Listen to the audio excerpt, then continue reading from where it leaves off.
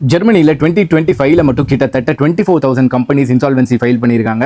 2026 பார்த்தீங்கன்னா 15,000 கம்பெனிஸ் வரைக்கும் இது வரைக்கும் இன்சால்வன்சி ஃபைல் பண்ணியிருக்காங்க. இன்சால்வன்சினா என்ன அப்படின்னு பார்த்தீங்கன்னா, ஒரு கம்பெனி லாஸில் போயிட்டுருக்கு அப்படின்னா அவங்க கம்பெனியில் இருக்க எம்ப்ளாயிஸ்க்கு சேலரி கொடுக்க முடியல, வெண்டர்ஸ்க்கு பே பண்ண முடியல அப்படின்ற பட்சத்தில் அந்த கம்பெனி கவர்மெண்ட்டில் போய் இன்சால்வன்சின்னு சொல்லி ஃபைல் பண்ணிவிடுவாங்க.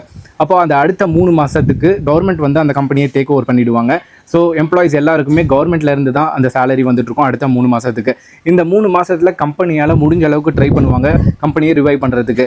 அதாவது என்னென்ன முடியுமோ புதுசாக ப்ராஜெக்ட் ஏதாவது எடுக்க முடிஞ்சால் எடுப்பாங்க. இந்த மாதிரி விஷயங்கள்லாம் செய்யும் போது கம்பெனி மேலே வந்துட்டாங்க, ப்ராஃபிட்டபுளாக இருக்குது அப்படின்னா இந்த இன்சால்வன்சியை கேன்சல் பண்ணிவிட்டு திருப்பி கம்பெனி டேக் ஓவர் பண்ணிக்குவாங்க. ஆனால் இந்த இன்சால்வன்சி பீரியடில் கம்பெனியால் எதுவுமே பண்ண முடியல அப்படின்ற பட்சத்தில் கம்ப்ளீட்டாகவே கம்பெனியை டிசால்வ் பண்ணிவிடுவாங்க. இந்த 3 மாத டைமில் வந்து கவர்மெண்ட் சைட்லேருந்து ஒரு லாயரை வந்து எம்ப்ளாய் பண்ணுவாங்க சிஇஓவாக.